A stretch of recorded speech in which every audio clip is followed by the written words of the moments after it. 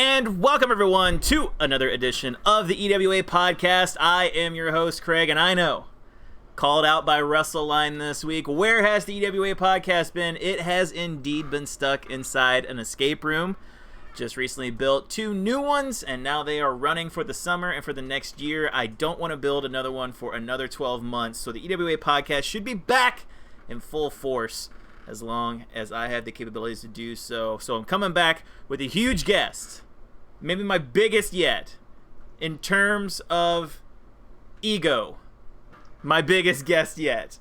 And I'd like to welcome to the first time to the EWA podcast, welcome to Jared. Jared, welcome to the EWA podcast. What's going on? Thanks for having me. Oh, not much. You know, I'm just kind of out here recording stuff. We were supposed to record earlier. I had some horses get out, and I had to go bring them back in because I'm living the farm lifestyle now, man. That's where I'm drawing all the inspiration for my role plays, is living on the farm. That sounds like a blast. All my role plays are going to be farm and horse driven from here on. Does that sound like a good idea? It does. Yeah, I say go for it. It's just nothing but horse role plays, like Buff Bagwell learns how to ride a horse, Judy Bagwell rides bareback, stuff like that. Marty Skrull goes to a donkey show. Yeah, I mean that's a championship winning role player right there. You know what? So, yeah. I'll save it for I'll save it for Civil War next year. It'll be fine. Jared coming on. Jared, you've been a part in the past of course, a couple of Hash Pipe reports. A little different format here, kind of a one-on-one thing. Just want to talk to you and get to know you as a writer, a person, how you came to the EWA, and what your experience here in the EWA has been like so far. You've had quite the tenure here. You've barely been here for about a year, right? Yeah, just over, I think. Okay, just over a year, and in that 12-month span, I think you've played roughly 47 characters. It might be 48 now. We're only 50. Yeah, so we're up to 48 characters. Talk about what brought you to the EWA, how did you find the EWA, and what attracted you to the EWA? Well, I found the EWA through that, one of those top EFED websites that we all find the EWA through. Yeah. So, yeah, it was an excellent find. I have always been a big fan of EFEDing and writing in general, and I used to do it years ago, like a decade ago. And, you just get that itch sometimes. I have a couple times throughout the years, but no feds really lived up, creatively. Yeah. And just finding EWA was just like a needle in a haystack kind of deal. It just reminded me a lot of the feds from 10 years ago. Just bare bones, quality over quantity, get to what matters, and that's it. Now, I'm not real caught up on your initial run. Obviously, you and I have got to know one another through your run with Jake Roberts and involvement in the Horde, and of course, yep. I know your work with Cesaro and Prince Puma and others. But talk about who did you come into the EWA with, and what was your initial run in the EWA like? I initially came in with Cesaro. Okay. He's always been one of my favorites, of the recent years, and he felt he hasn't been used right in WWE, as a lot of people would agree. So I came in with him, and initially I had Chris Jericho as his manager, and it was kind of going to be like, just a partnership kind of deal. Yeah.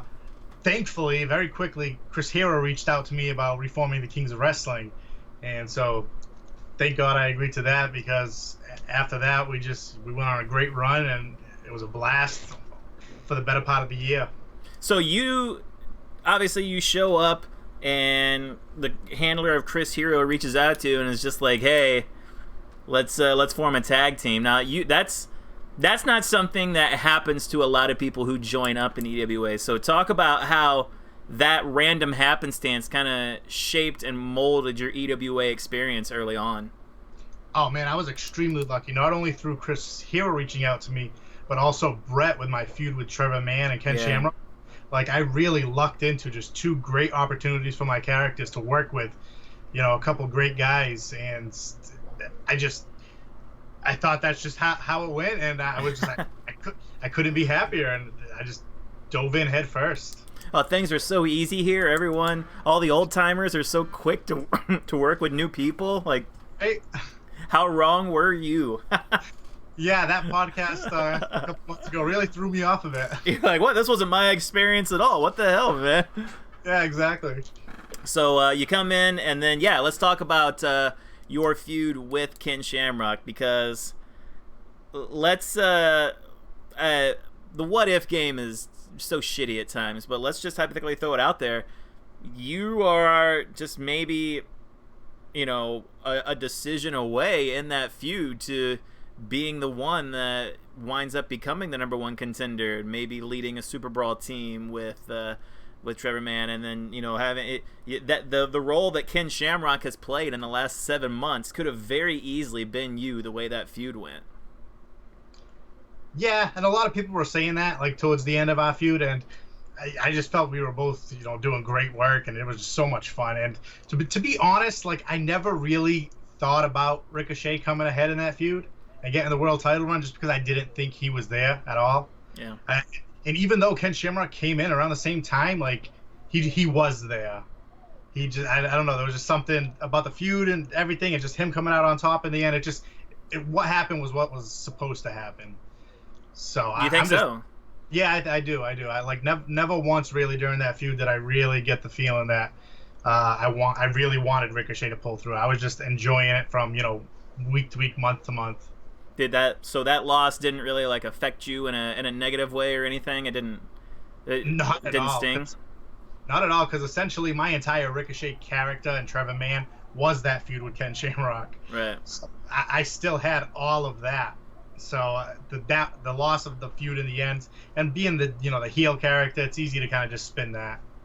I would say that was one of your tougher losses. So for you to not come out of there frustrated, I have to ask, like, what has been like maybe the most stinging loss or hardest loss to swallow that you've had so far in the EWA? Oh man, that's a good question. I'm not bringing this up to stir the pot. You had a lengthy title reign with Chris Hero, and then lost the belts right before Super Brawl.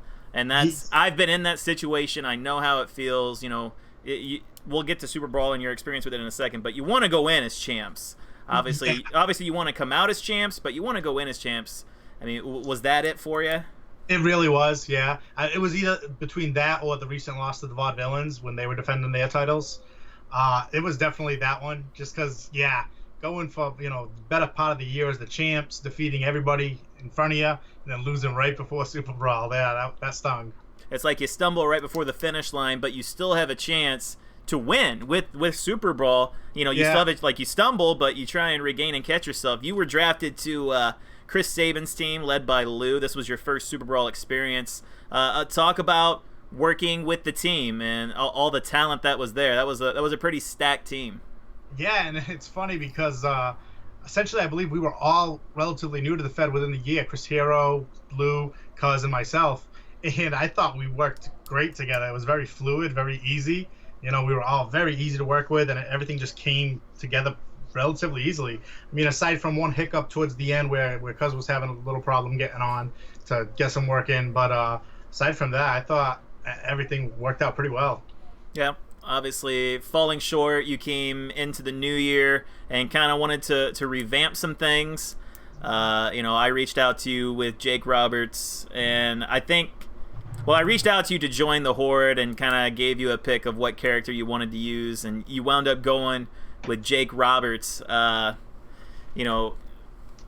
think, I don't want to put words in your mouth, but I think, when it came to Avi with Jack Evans and, initially Josh with Danielson and you with Jake Roberts, it was kind of just like, okay, I have this character, but it was more of an afterthought. But then you'll wind up showing like real signs of success with Roberts and wind up winning a national title. Talk about the experience and kind of just rotating between the characters and trying to work out, who you're focusing on at any given point.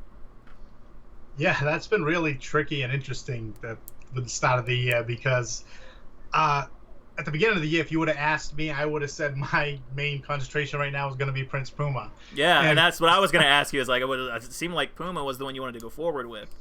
Yeah, and clearly that was not the case. And that's just, plans fell through, and then he just got kind of stale for me, and it wasn't worth trying anything with. Like I wanted to divert my attention to other stuff. And yeah, Jake was. I essentially brought Jake on just to join the Horde and try a character like that and really like. I thought for a while what character I was going to join as to join the Horde, and I believe I was watching that new Jake the Snake documentary when I realized, he's perfect. I was like, that's perfect. That's exactly what I'm looking for.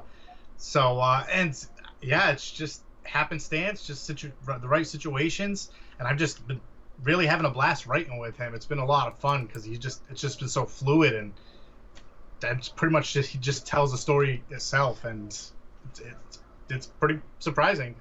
Obviously, you've worked with multiple characters now here in the EWA, some with a rich wrestling history and others more new to the scene.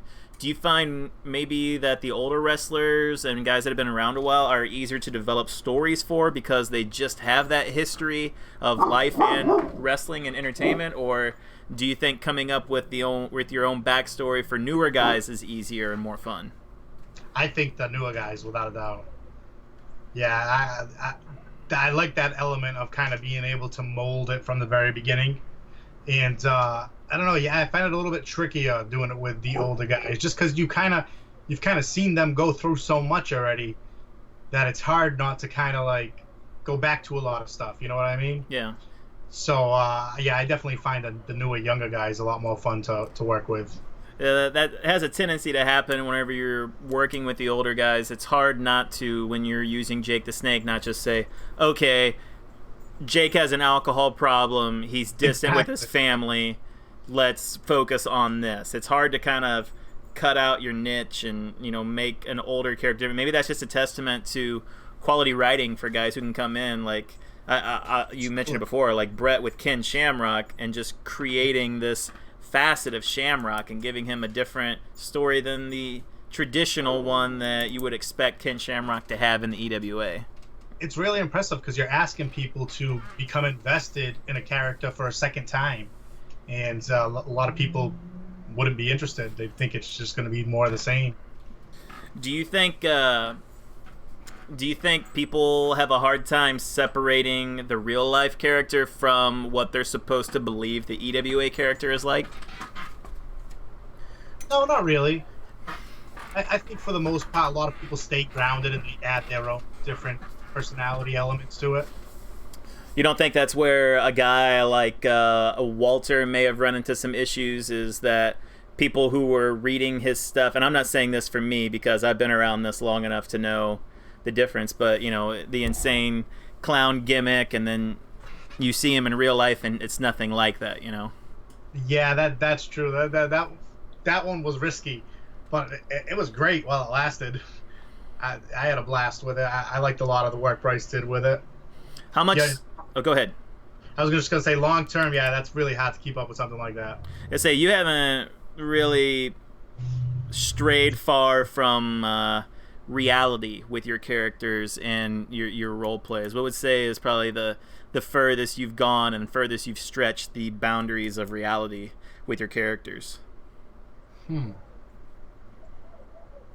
Probably just the Spoken's cult-like persona.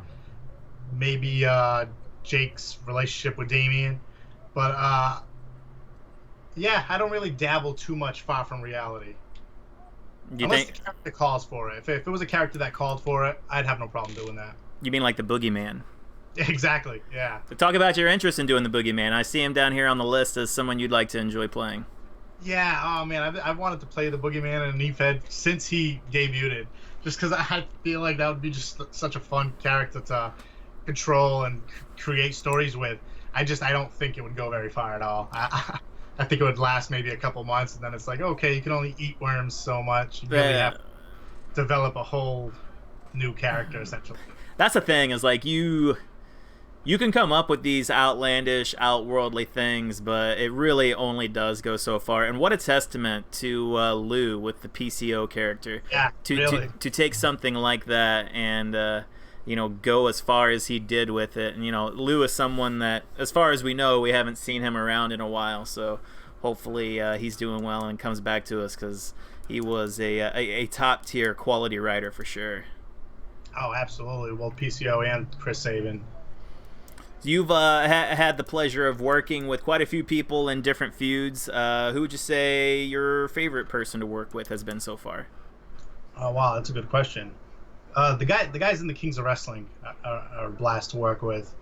It's so fluid with that group, and we all have very similar ideas, and I think all of our ideas and our characters just kind of click together, which works pretty well. Did you have any trepidations of doing of emulating maybe the real life likeness of the Kings of Wrestling? No, because to be honest, up until I joined EWA, I didn't.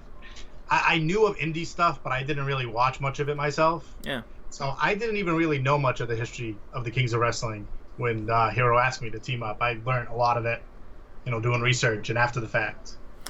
Since you come into the EWA, have you been intimidated at all by just the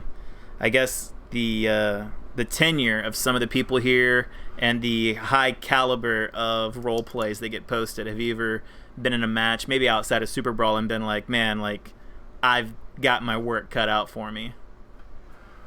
Oh yeah, I'm sure. I'm sure I thought that every month for the past year, come around pay-per-view time. But I think it was Cuz who said something like, "It just makes me excited." It makes me want to put my name up there, on those lists, and makes me want to post some of those awesome role plays and go toe to toe with these guys. And I wouldn't call it, intimidation at all, because you guys don't really aim for that, and I don't feel that at all. And it's more about just coming up with, interesting stuff, interesting stuff.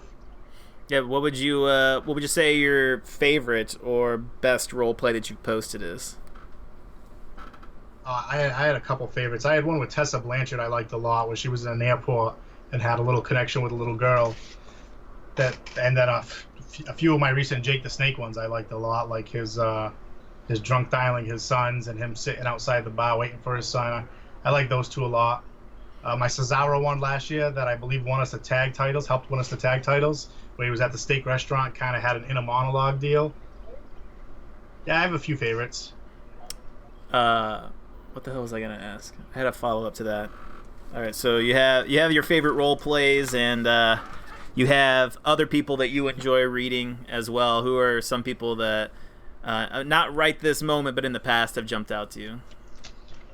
Lou right at the top. All the old guard, so to speak. You, John, Dylan, Corey, Brett, Bryce, like anything any of you guys post, like I know I'm gonna have a good time reading it. Like I know it's not gonna be a bad time. Like even if it's not serious, it's still gonna be enjoyable and entertaining. And then all the new guys like Cuz and Josh, like there's never really a dull moment. I remember what I was going to ask now. I was going to ask you to kind of expand upon and talk about where you draw the motivation for your stories and role plays. I kind of let the characters figure it out themselves, if that makes sense. Like, I don't like putting a lot of, restraints on them in that sense. Some of my role plays, I'll have a pretty strong idea of where I want to take it and what I want to do. For the most part, I kind of just sit down to do it, and over a couple days, I'll think about it, let some ideas flow, and then I'll just kind of see where it goes, and that's where I enjoy doing it the most, I guess. You don't plan them out; you just kind of let it go as. Usually, yeah. I'm the same way. I like to have a general idea in my head of where I'm gonna go, and I'm like, okay, this is the parallel I want to draw, or this is what I want Marty or Braun or Buff, like this is where I want them to get to, and then it's just a matter of, okay, like I'm gonna start here and I try and get to there. And it's crazy, like you wouldn't think that you'd be able to find a measure of success doing it that way, and there are guys that plan out every single scene and every single like word. Like I'm really bad about this. Like I'll be in the shower or like driving home or like doing laundry, and I'll be like I'll think of something that I could say to talk shit on someone. So like I would think of something to talk shit on Prince Puma, but our match wouldn't be until the pay-per-view. And it would be like I would have 3 weeks to go, and I should just write it down. But then like I'll write down to write the role play, and I'll be like, what the hell was I gonna say that was so good? Like I was like I had a line, and I was like I was even gonna build a whole role play around this line, and now I can't. I was like I'll just do something else, I guess. I know that feeling, especially like when going to bed at night. It's like, if I remembered half the ideas I came up with when I was going to bed. Yeah, you gotta have that pen and paper next to bed. You gotta be like comedian, be like, if I think it's good, I have to roll over and write this down. But yeah, if it's really, remember it. Yeah, it's the idea process is like I enjoy sitting down and just going, and that's what. Me too. That's what sometimes it's tough, and let's say the last year has not been like my first 7 in the EWA, because there have been time like in my first like 6 or 7 years here, I was like, okay, here's my idea, I'm gonna go, and like I never had to take a break. But now I'm at the point where it's like, what the hell am I doing? Like I'm like erasing whole pages and shit, and just like, okay, this is not how I wanted to get there. Like I had some stuff that I've had to redo, and maybe that's just me. I don't know. I don't think it's me getting bored or like me getting stale with it. It's just like I feel like in the time I've been here, and maybe you can relate to it in your history, like I feel like I've done a lot of different things. Yeah, I get that. And so like I'll start writing a role play about like, for instance, something that I've done in the past, like rain, or like a protester approaching Buff or something, and I'm like, oh yeah, like I fucking did that with Cody, or I did that with Curtis Axel, Yeah, it's definitely tough because a lot of the go-tos and a lot of where your mind wants to go, you've kind of already covered. Well, it's like at Super Brawl, all the group role plays revolved around like transportation, and like all 4 groups were just like traveling across the country. Yeah, like John Cena had like the van that went off and they saved the kid, and we don't have to go down that route. And you guys had the van that he had the wreck, and then Lesnar and our team were in the private jets. That's crazy that happens. Yeah, that our group text was like, holy shit, like this this is so dumb that everybody's doing this. Did you guys feel like you had a real good chance going into Super Brawl? I did, yeah. I thought we all put out some really good work. But man, Team Shamrock was excellent. Like all you guys stepped up your game and just kind of blew it out of the water. Like I don't really think any of us were really too close. But I think we did really good work. It was. Go ahead. And another time we could have had it, I guess. I thought, you guys were the one we had our eye on, and like, Lesnar's team had the issue with Seth Rollins, so we were looking at you guys as like, okay, like, oh, we have to beat these guys. Like, this is who our focus is on, and it's tough. It's Super Brawl, man. Like everybody's bringing their A game. First, I was just happy to be at the show. Yeah, and now going forward. So that being said, with you spending now 12 months here, and you've had some accolades to your name already, what are some goals for Jared as far as the EWA goes?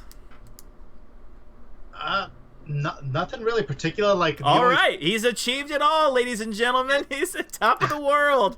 I mean, like I don't have anything I want to set out to do, but the heavyweight title obviously is the one belt I haven't held yet.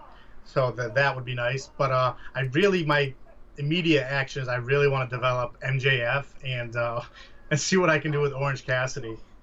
Oh yeah, there's that name again. I think you mean Leaf Cassidy, and that's actually Al Snow. So I think you're the Rocker. Yes. Are you playing Leaf Cassidy? Are you getting in on this leader of the BWO feud? I am not. No, unfortunately. Although that's a great idea. No, his name is actually Orange Cassidy. Oh, okay. I think I know who you're talking about. Keeps his hands in his pockets. Yes, that's the guy. Doesn't try hard. I gotcha. Like me in real life, but not wrestling. Yeah, exactly. That's why I can't wait to play him, because I feel like I'm not gonna have to try much because it's who I am. Yeah. Jared, you seem like, in all the interactions I've had with you, you seem like you're just a very positive, upbeat person. So, with that being said, I'm going to force you to be negative. It is time for the #1 segment in EWA podcast. It is time for Penis in Your Anus. And no positivity here, Jared. You have to tell me, what is your EWA Penis in Your Anus? Go! All right, I've had to think about it a lot because it was hard to come up with something. But one thing that I really like, kind of really does irk me a little with EWA is having no website at all. Like with roster pages and maybe like, you know, the roster report page, just have like a quick link to the old ones and stuff. Just like a website of sorts. I've always kind of enjoyed having in eFeds just because it gave it to that extra realistic little kick to it. And it was a chance to, you know, showcase a lot of like the graphics with the guys on it. I know like a lot of the guys and myself, like you see your character up on a poster, you get a little twinge of pride. Sort of see that like on a website would, it's a good feeling. It's just fun to navigate the website. Sometimes you can sit there for hours, like looking back at older stuff if it was more accessible like that. So like that's the one thing that I came up with that is a penis in my anus. Do you go back and read the old shows? I try to, yeah. Like it's tough because keeping up with the role plays, reading the role plays, and like reading the new shows, and it's writing feedback and writing your own role plays. It's tough to find the time to go back and read the old shows, but I try to, yeah. Whenever like I hear of a character I wasn't too sure about, like I'll jump back, kind of dive into that a little bit. That's what I was gonna ask. Is when you like you've joined up with your fair share of new characters, how much research do you do on their EWA history? By research, you mean messaging John to ask the characters? yeah. Okay, so we do the same thing. Okay. Yeah, absolutely. That's my go-to. Yeah, I've done it a few times already. Hey, what's the deal with Harry Smith, John? Does he have a history here? Oh, he's in charge? Okay, yeah, I guess I won't join as him then. It's funny because I'm actually watching MLW right now, and Harry Smith just got in the ring. I wish he'd get out of our ring and out of our lives! Hashtag ban Newt from the podcast. Actually, we got EWA Podcast 40 coming up, Newt, and I'm looking at you, bud. Not that you're ever going to listen to this. Not that anyone listens to these things. That'd be awesome, though. To have Newt on? No, to have to listen. Oh, yeah. Newt's been a great guest, and he's always very forward and, you know, very honest at times, but still mysterious. Good. Keeps that air of mysteriousness to him. That doesn't surprise me. We've got a lot of positive things going on in the EWA right now, and whenever you watch this back in 5 years, you'd be like, oh, none of that shit's happening anymore. Between WrestleLine and the Ross Report and the multiple podcasts that we have. What are you talking about? Yeah, like podcasts. What the hell is wrong with this guy? Oh no. All right, we had a small disconnection real quick, but we're going to get Jared back. The video here will keep recording, but my farm internet, I guess a horse stepped on an electric line and took it out. But I don't know how to splice two videos together, so we're going to go ahead and keep it here. But yeah, the EWA has a lot of different stuff going on between the podcast and the WrestleLine. I want to have sex with WrestleLine and whoever is writing for WrestleLine. Pretty sure it's Newt, but just the Booker T stuff alone is enough to get me to try and keep going there. Oh, hey, buddy. Hey.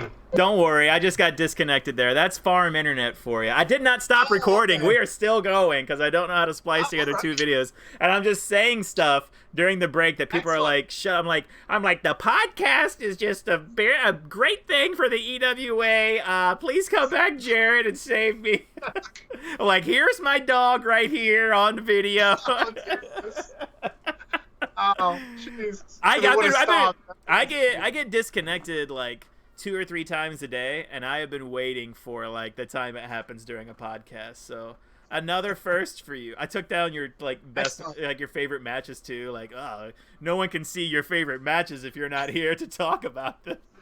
No, I would imagine not. That's so excellent. So you have a rich history here in the EWA. Like I said, worked with a lot of guys, had a lot of characters. Who are some people that you haven't had a chance to work with, maybe feud with, that are on your radar of guys that you are definitely wanting to work with? Jeff is one of the guys I want to work with. We've been trying to work together since I first started with Cesaro. We just always had something planned, one way or the other. So I would like to work with him. Avi, I'd like to work with. I reached out to him recently, but he was planning the thing with Key. Key's another guy I would like to work with a lot. I would like to work with Lou on a feud, aside from Team Good Boys. Bryce and I are kind of coming up with something tentative that I'm looking forward to. Just anybody I haven't worked with, I would like to work with. It's just everybody's so much fun to work with. It's so creative. It's so much fun to bounce ideas off each other and see what it comes into. Oh, you don't mean that. I do. I guess you've already worked with Brett, so they can't really get much worse than that. Rimshot. Hey, Brett ain't gonna listen, so it's fine. Excuse me one sec, Craig. I'm on a podcast, baby. Can I call you back in a minute? Oh, yeah, I just want to let you know that I'm home. Okay, yeah, thank you, baby. All right, just text me. All right. Love Bye. you. Love you. Bye. Bye. So I gotta know, does that person you were just talking to know about the EWA? Oh, yes, she does. And what is the conversation like with her? What does she think of it? And how have those conversations about the EWA gone? Great. She's fine with it. Like, damn it. Yeah. Because she knows that when it's my time to write, it's her time to play video games. So it works both ways.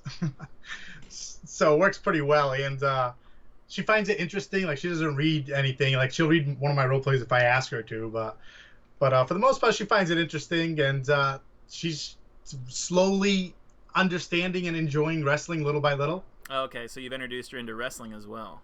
I have, yeah, and she, obviously has no interest in WWE. So I showed her like a little Lucha Underground, a little MLW, and more recently we watched Double or Nothing together, and she enjoyed it. So see where that goes. All right. Well, it sounds like you got something good going there. But okay, so she plays video. Is that what's along the walls there behind you? Are those video games? Are those movies? What are those? Those books? Those are DVDs. Those are DVDs. Are they wrestling DVDs? No, they're just all random DVDs. Okay. What's your favorite DVD that you own? Oh, man. Looks like you got quite a collection there. I do, yeah. And obviously now it's Blu-rays. So yeah. Those are out in the living room. Favorite one? Shit, I don't know. Maybe my favorite movie, Psycho. Psycho. Yeah. Or American Psycho. Both quality. Both fucking excellent, but the 50th anniversary edition of Psycho, I'd say. Oh, okay. All right. A movie guy. That's you, huh? Oh, yeah, very much so. You kind of got your hands on all kinds of cookie jars. You're in the wrestling cookie jar. You're in the writing cookie jar. You're in, you're in the movie cookie jar. You're out there. You're asking questions of the day on the Discord. Yeah, I'm kind of all over the place. I'm just interested in it all, I guess. How do you get the time to do it all, man? Little bits and pieces here and there, really. Like, I work for a plumbing heating sales company. Yeah. So I do trade sales and stuff. So like sometimes we got that slow times where I'll just be at my desk. I'll write up a role play, write up some feedback, work on something real quick when I don't have anything else to work on. But just really finding the time, I guess. This guy's writing role plays at work. He's getting paid to write role plays. I have done that, yeah. I wrote role plays at my last job, and I got fired. I mean, I got fired for running my business at my government job. They didn't seem to like that a whole lot, but that was a long time ago. But I wrote role plays there. I can't do that at my job now. Oh, well, that's unfortunate. It's nice though. It's nice to it's nice to leave feedback, and you leave very detailed feedback. And you did the thing that I'm taking credit for this, bolding people's names and feedback, so that way if they wanted to see just what I wrote about them, they could find their name bolded in the feedback. I'm the grandfather of the bold font. Yes. Right here, baby. Podfather, bold father. Same person. That was a very good idea. But no, man, you leave the detailed feedback. That's gotta surely you read some of this stuff and you're like, this is stupid. What are you talking about, from the show and the feedback? Yeah, just from the show. Mostly anything Dylan does. Yeah. So some of it's a little outrageous, but I like having fun with the feedback. Like if it's something like that, I'll get into it, and be into the character or the scene, You and know, just you know what your problem is though, and I'm about to. This is my penis and my anus when it comes to Jared, and this is a yes. problem that I had with John too back in the day because John used to do this in his feedback, and this was not the plan. Like our plan was never to have Brian Pillman Jr. join the Horde. But like last week, you were like, "Looks like Pillman. Would it be interesting if he joined the Horde?" And I'm like, just don't fucking say anything. Like let it happen organically until he joins. I don't care that you think that, but don't put it in everybody else's head. Like John would always do that. That's why I did the thing with Cody Rhodes a couple years ago that I did, where I took over an account that Brian had, a guy who used to write here, and I controlled the Brian account, so that way John wouldn't be like, well, since Craig is controlling the Paul Heyman account, maybe it's Cody Rhodes who's behind it all. Like, John was the guy I was trying to subvert, but now you're doing the same thing. You're like, what if Pillman Jr. joined the Horde? Wouldn't that be crazy? Why are you saying that because it's you and Brett? No, I'm just saying, like, John did it all the time for, like, stuff. Like, John would, like, ruin the story ideas that we had in, like, his feedback. Like, he'd be like, it'd be a real shame if Val Venus turned on Cody Rhodes next week at the pay-per-view. And Brett and I are like, why would he say that? Why would he reply with that? That was our plan. And now we're like, well, we can't do that for, like, another 3 months until people forget that John wrote that last week. Yeah, no, I could completely understand that, and I apologize. That's not my intention. No, I know. I'm putting myself in those shoes. If one of my plans got ruined like 4 weeks ahead of time like that, I'd be like, oh, man. You'd be like, it'd be crazy if Prince Puma was actually Trevor Mann or something. What? Yeah. But my intention with feedback is to say how I'm feeling, what I'm thinking with the current going-ons and the interactions. Yeah. So that's just part of that, but you're right. You're absolutely right, and I'll try and rein back a little bit on prediction. No, that's all right. That's all right. Like I said, John shied away from it. Like, it's still kind of there in the Ross report, but it's not done in a way that like ruins anything. It's because Right. it's the voice of JR and stuff. And like I said, you're not doing it maliciously. And it was just like when you wrote it, I was like, well, if that was our plan, and sure, it might, like, you could see it from a mile away. Like, don't say it. don't ruin our surprise. But no, Yeah. we were just, when you wrote that, I was like, boy, he's gonna be real disappointed whenever we just run it as a straight tag team match next week. Like, no surprises at all. I was really glad. Like, maybe part of me said that in the hopes that if that was your plan, you'd change it. Yeah, it's like, oh, that's a good idea. I will go ahead and do that. What has been the biggest surprise to you in the EWA in your time here? It's hard to surprise people, dude. Like, we're in a day and age where, like, it's tough to do that. Like, gone are the days of, Suicide taking off his mask and it's Kurt Angle. Like, it's tough to pull this stuff off. Oh yeah, like it really is hard to come up with great storylines because so many have been done already.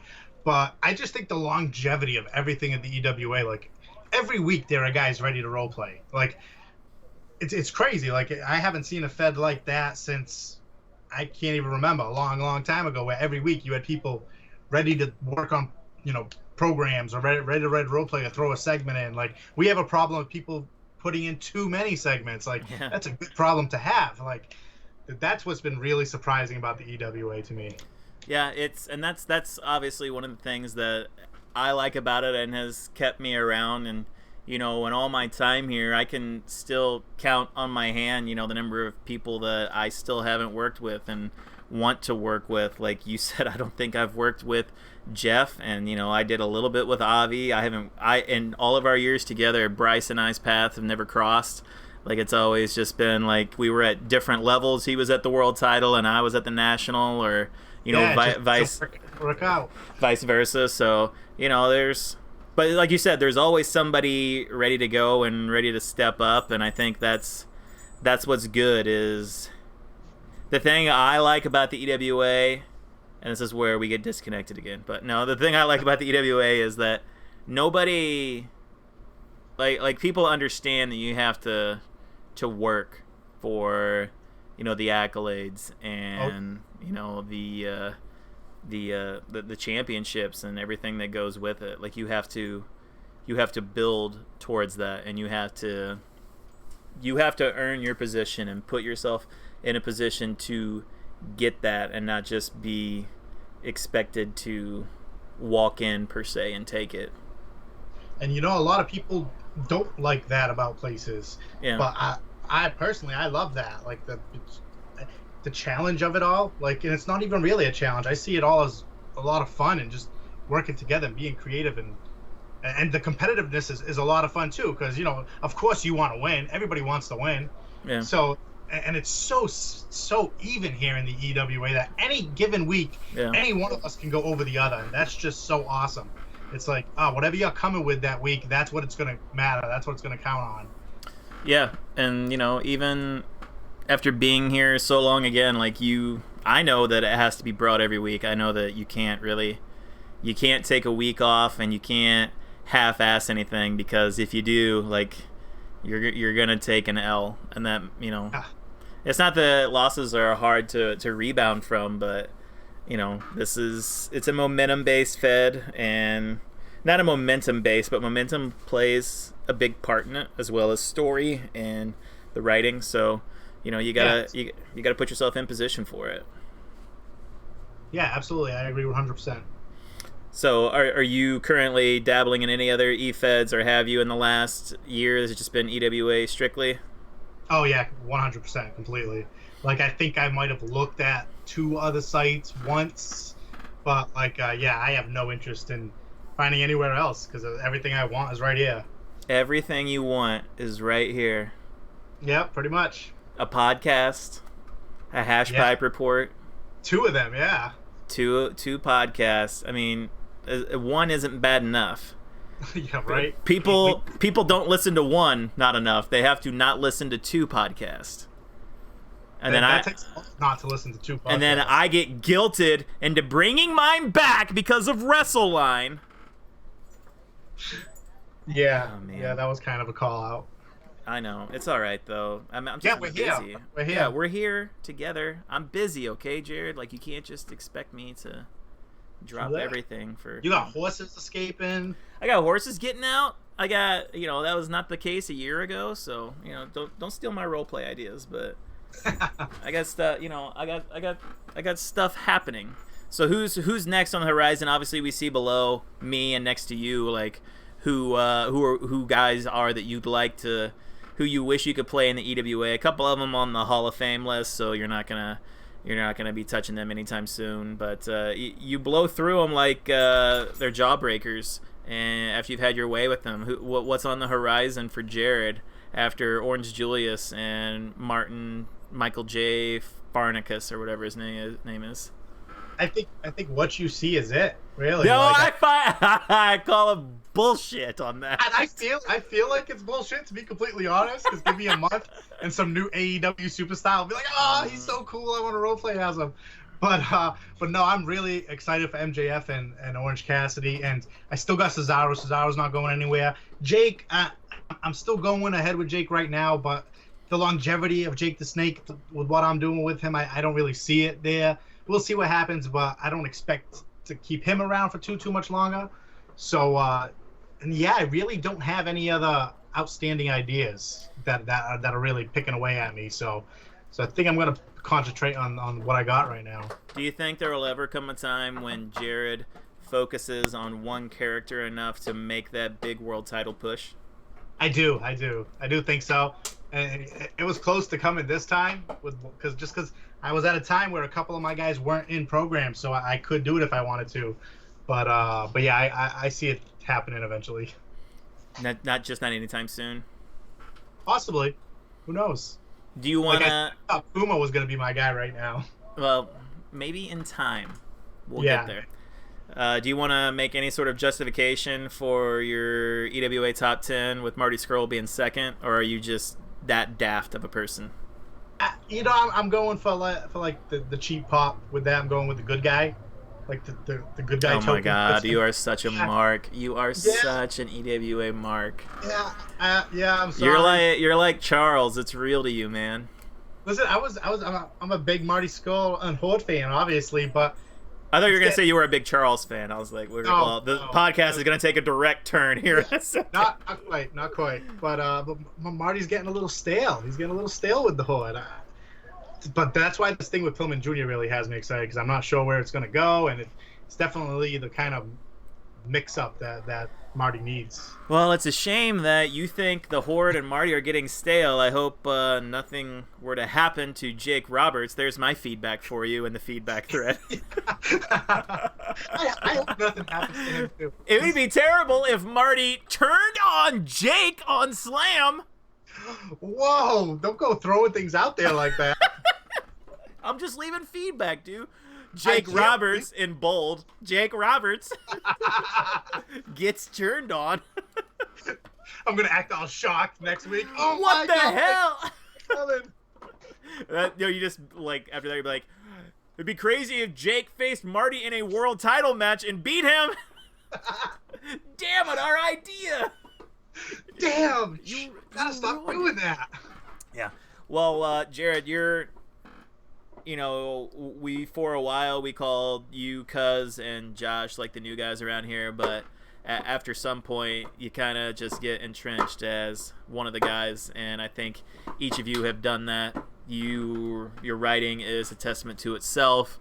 Your activity and your enthusiasm and the positivity that you bring to the forum and the Fed is almost unmatched. And I, for one, appreciate you and the things that you do for the EWA and how you're an integral part of the place as a whole and just bringing your attitude and personality to it. So I just want to say thank you.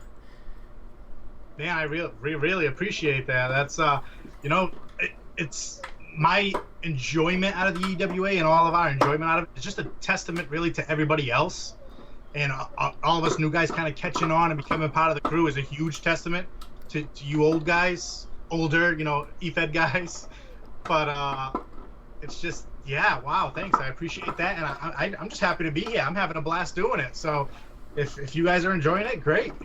Well, we are happy to have you here, and we are enjoying it. And I wish you the best of luck going forward. Obviously, tough fall last week to Cleve, but I've been on the Cleve bandwagon for obviously a long time. He's a very good friend of mine, but for him to get a title shot is something I've been campaigning for. And you've seen the message threads in the past where I was like, a tag title shot's coming up, like we need to take a look at Cleve, and so to see him get that shot and then take advantage of it, like like it sucked to see you. It's just one of those things where it sucks so bad to see someone lose, but I still feel really happy for Cleve, and I hope that he has a good reign with Bubba and goes forward and does good things with him. And I think you'll bounce back with Orange Julius and Michael J. Farnsworth, and you'll do good things with whoever you're playing at the time. Hopefully that's the plan. So, any parting words for the EWA audience, Jared? Not really. Just it's a pleasure role playing with you guys. Oh, and out of context, that is. Damn it! Competitive creative writing with you guys. And this has been the EWA Fetish Podcast, where Jared has enjoyed role playing with all of you. No, thank you for the good stuff. And now with Fit Finley being number 1 on the list down here in your top 10, it's a perfect time to say goodbye. Should have done it at number 2. Jared, thank you for coming on, and best of luck in the future. And we will see you on the next EWA podcast. Thanks, man. Thank you.